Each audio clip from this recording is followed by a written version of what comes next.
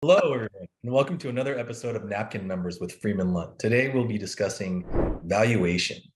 The definition of valuation is an analytical process of figuring out what an asset or company is worth. In the world of business, it is a very subjective number, and it can be all across the board depending on who's at the table.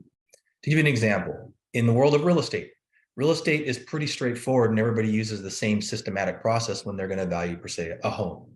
You go out, get an appraiser, they come up with a number. That's what it is. It doesn't matter who is buying that piece of property. I could be buying it, Scott could be buying it, you could be buying it. Either way, it's worth whatever the appraiser says it's worth. In the world of business, it doesn't quite work like that. If I'm going to buy a steel manufacturing company and Scott is looking at that same company and I put a number of 2 million on it, say that's what it's worth to me because I'm going to buy that company as is and operate it just the way it is. But Scott has 3 other companies that are synergistic with that business. Well, he might look at it and say it's worth 4 million to him, and he could make it make sense. And it might make a lot of sense to whoever's financing him also. He could make a return on his money much faster than I can because he has all these other synergies within his other businesses. So the world of business valuation is a moving target, and it really depends on who's at the table. Different buyers bring different values. Another thing that you got to think about is if you're using leverage financing, bank financing, for instance. I go to a bank, I want to get a loan for a particular business. To me, I come to the table with these other synergies, like I mentioned before. So I'm going to have a higher number to put on this business.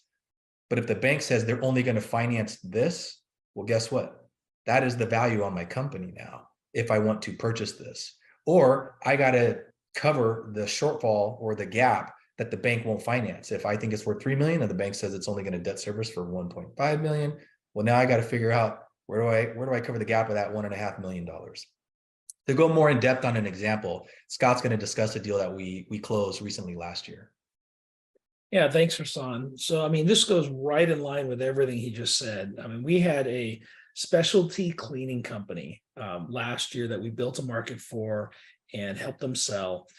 Goes back to that different buyers, different values. You know, part of marketing that company was it was a woman-owned business, which was a different market. They had certain contracts that you could only take over if you were a minority or a woman-owned business.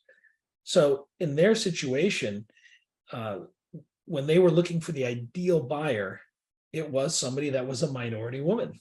And in building the process for it, we've got an entire range of who might be interested in that company because it had great synergies with a lot of other people looking to move into that geography or take over that specialty line. And in their case, we were fortunate that in our process, we identified a minority woman that was wanting to get into that industry. They put a value around 4.5 million on it based on what they saw they could do with the company. And to give you an idea of that difference in value, the lowest range we got was somebody that couldn't get those designations and wasn't a minority or a woman, and their value was about 1.8 million. And that really came down to the cash flow. At the end of the day, they could not participate in some of the contracts. They couldn't get that cash flow. And to them, it was worth less money. Same company doing the same thing, but again, couldn't get the cash flow because they weren't the right kind of buyer for that business. Remember that the CPA came up with again, Scott? Well, they were around $3 million, but that's, again, they weren't approaching the ideal buyer, so a CPA firm, when they do a valuation, isn't necessarily the same as something that we do when we're looking to build a market. That's a great question or comment, Rahsaan, is that the valuation at a certain point in time can be X, right? As somebody in our role, our job is to look at their time horizon and say, okay, when is ideal for you to sell? And can we time the market? We're a bit of a matchmaker. We walk you through the process, but we also try to find, is there a better time or a more optimal time to sell your business than today?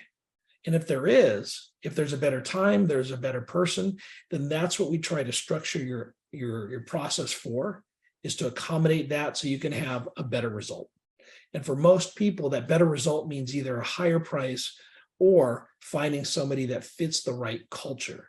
And all of that is why it's not a dollar figure, but a value to the seller that can be ideal. So, one of the reasons that people come to us, kind of the first step is, what's my number, right? And that's why we have napkin numbers.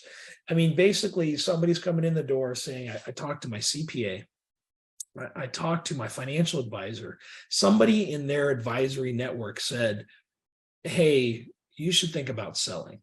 And if that's the case, well, what am I worth? And that's the big question. I have no idea. And so what we try to do is take a lot of that struggle, that stress, that question mark out of the process and make it really easy for you.